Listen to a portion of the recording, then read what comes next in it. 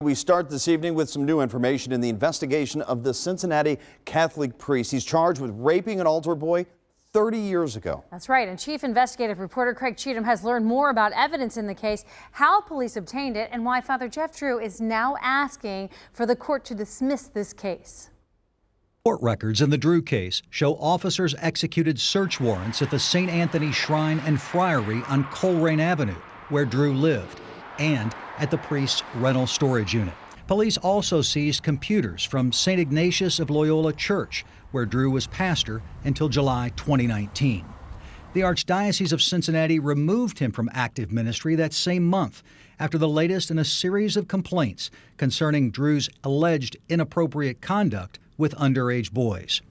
Investigators seized evidence, including 188 computer floppy disks from several locations on August 2nd, 3 days after a former altar boy told police Drew raped him 30 years ago. Based partly on the alleged victim's account, investigators obtained the search warrants. 17 days after executing the warrants, police arrested Drew, who is charged with 9 counts of rape. He's been in the Hamilton County Justice Center for the last 7 months on a $5 million bond.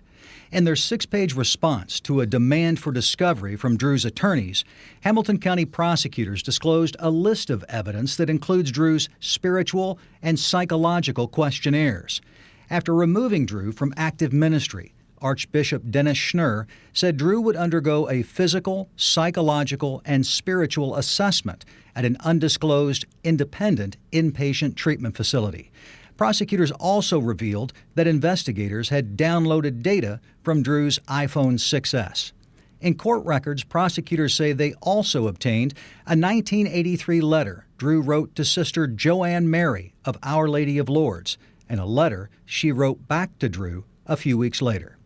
According to Hamilton County Prosecuting Attorney Joe Dieters, Drew's alleged rape victim came forward after learning of Drew's suspension.